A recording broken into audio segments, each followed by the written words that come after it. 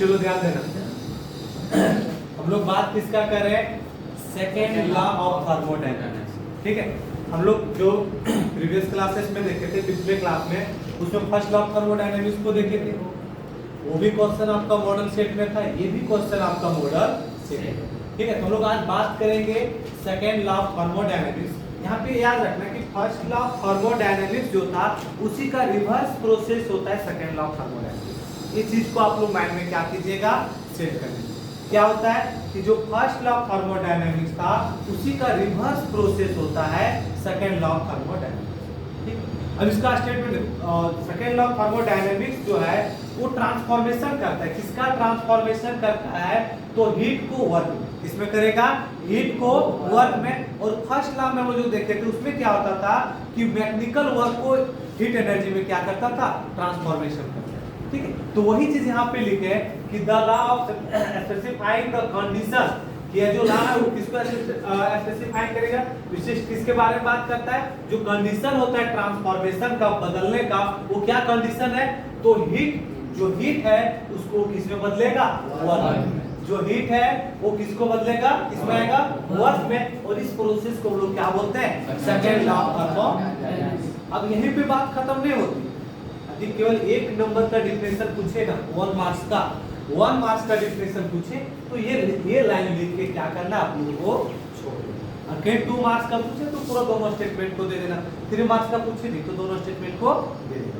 Simple 1 marks का पूछता है तो सिंपल क्या लिखिएगा कि the law of specifying the condition of transformation, condition of transformation of heat into work is called second law of thermodynamics. Clear. अब क्या कह रहे हैं कि second law of thermodynamics has been stated into 2 forms, कि second law of thermodynamics का जो statement दिया गया वो 2 फॉर्म में, कितने फॉर्म में दिया गया, 2 फॉर्म में दिया गया, 2 प्रकार से दिया गया। 2 अलग साइंटिस्ट थे, 2 अलग अलग साइंटिस्ट थे, एक थे केल्विन साहब, एक थे आपका क्लाउसियस साहब, वो दोनों अलग अलग इनका स्टेटमेंट दिया। तो पहले हम लोग देखते हैं केल्विन का स्टेटमेंट। पहला जो इसका फॉर्म था उसमें क्या है, kelvin statement of second law of thermodynamics. पहला फॉर्म क्या है, kelvin statement of second law of thermodynamics, कि केल्विन बाबा साहब के द्वारा जो स्टेटमेंट दिया था किसके ऊपर, किसके संदर्भ में दिया गया था, सेकेंड लॉ ऑफ थर्मोडायनामिक्स के संदर्भ में, उसको हम लोग को देखिए क्या होता है। एक स्टेट है, उन्होंने जो बोला उस बात को हम लोग करते हैं। क्या बोले कि इट इज इम्पॉसिबल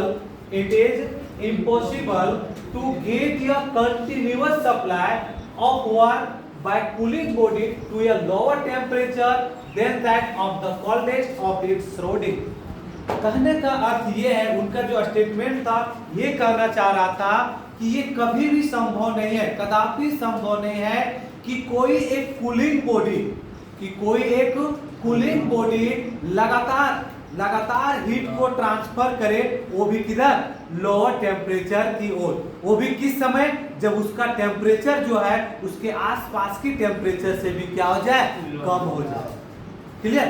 यह चीज ये बोला है कि it is impossible to get a continuous supply, ये कभी संभव नहीं है कि हम लोग लगातार सप्लाई कर पाए, और तो सप्लाई करते हुए पाया जाए। कौन, तो supply of work by cooling body, किसी कूलिंग बॉडी के द्वारा, टू अ लोअर टेम्परेचर, वो भी किसमें, किसी लोअर टेम्परेचर में ही करना। ऐसा नहीं कि कूलिंग बॉडी को हायर टेम्परेचर की ओर ट्रांसफर करना पड़े, अपने जो टेम्परेचर था, जो भी हीट था, लेकिन वो जो अपना हीट है कूलिंग बॉडी का, वो लोअर टेम्परेचर की ओर लगातार सप्लाई करने बोलता है, जो कदापि संभव नहीं है। वो भी अपने सराउंडिंग, जो बोला ना, it's surrounding then that of the coldest of its surrounding, वो भी क्या, जो उसका सराउंडिंग्स होगा, मतलब आसपास का जो स्पेस होगा उससे भी वो कोल्डेस्ट हो जाए तब। ये पहला स्टेटमेंट था किनका, केल्विन साहब। अब देखिए केल्विन साहब जो स्टेटमेंट दिया था, उस स्टेटमेंट का यूज लोगों ने कहां किया, आगे चल के उनका स्टेटमेंट को दूसरे साइंटिस्ट ने कहां पे यूज किया, किस काम के लिए यूज किया, इस चीज को भी हम लोग देख लेते हैं। ठीक है, क्या अब होता है कि kelvin statement of second law of thermodynamics, kelvin statement of second law of thermodynamics is supported by heat engine. ठीक है, कि हीट इंजन को बनाने के लिए, देखिए कार्नोट साहब जो थे वो हीट इंजन को डिजाइन किए थे। कार्नोट साहब जो थे वो हीट इंजन को क्या किए थे, डिजाइन किए थे। और उन्होंने हीट इंजन को डिजाइन करने के लिए किनका सपोर्ट लिया, तो केल्विन साहब जो सेकेंड लॉ का स्टेटमेंट दिया था उसका सपोर्ट लेते हुए उन्होंने हीट इंजन का डिजाइन किया था, कंस्ट्रक्शन किया था। क्लियर, कोई प्रॉब्लम? दूसरा स्टेटमेंट जो दिया था वो क्लासियस बाबा ने दिया था। तो क्या है, हम लोग देखेंगे क्लासियस बाबा का स्टेटमेंट क्या था सेकेंड लॉ ऑफ थर्मोडायनेमिक्स में। ठीक है, तो लिखेंगे कि Clausius statement of second law of thermodynamics. इसमें क्या लिखता है, उनके द्वारा जो स्टेटमेंट दिया गया उसका बात कर रहे हैं। क्या है, it is an impossible for self acting machine and external agency to transfer of heat one body at lower temperature to another body at high temperature. कहने का अर्थ ये है, उन्होंने भी यही बोला कि ये कभी नहीं हो सकता है, कदापि नहीं हो सकता है, मतलब ये असंभव है। क्या असंभव है कि for self acting machine, self acting का मतलब जो खुद काम करे, जो खुद काम करे। सेल्फ एक्टिंग का मशीन का मतलब क्या हो गया कि जो खुद क्या करे, काम करे। अब बोलता है क्या, by any external agency. External समझ रहा है, इंटरनल मतलब हो गया अंदर की ओर जो बात कर रहा है, एक्सटर्नल मतलब जो बाहर की ओर बात कर रहा है, और एजेंसी का मतलब हो गया बाबू कंडक्टर, जो ट्रांसफर करे, जो ट्रांसफर करने के लिए उसको क्या करे, सहायता करे। समझ गया? वो भी बोलता है कि बाय एनी एक्सटर्नल एजेंसी, वो किसी एक्सटर्नल एजेंसी के द्वारा हीट को क्या करेगा, ट्रांसफर करेगा one body at lower temperature to another body at high temperature. कि एक बॉडी जो होगा, एक ही मशीन, सेल्फ एक्टिंग मशीन, एक ही मशीन में बोल रहा है, किसी दो मशीन की बात नहीं कर रहा है।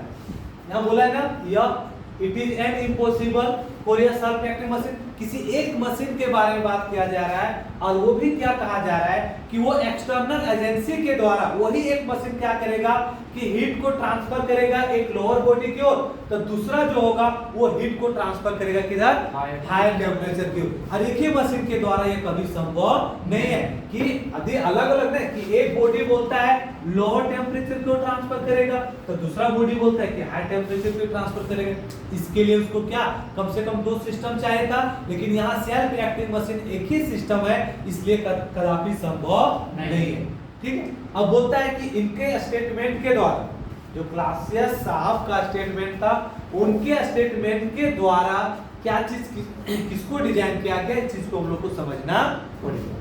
देखिए अब क्या लिखते हैं कि क्लासियस स्टेटमेंट जो दिया था सेकेंड लॉ ऑफ थर्मोडायनेमिक्स में, उसको डिजाइन करने के लिए किसको हेल्प किया, तो रेफ्रिजरेटर जो होता है, रेफ्रिजरेटर जानते हैं, फ्रिज, कुछ उसे ठंडा करता है कि गर्म करता है, कूलिंग करता है ना। तो वही बोला कि इसका स्टेटमेंट ही बोला ना कि एक बॉडी दो काम करेगा, कि लोअर बॉडी टेम्परेचर की ओर भी जाएगा और हाई टेम्परेचर की ओर आएगा, तो दोनों का संभव नहीं, वो किसी एक ही में काम करेगा।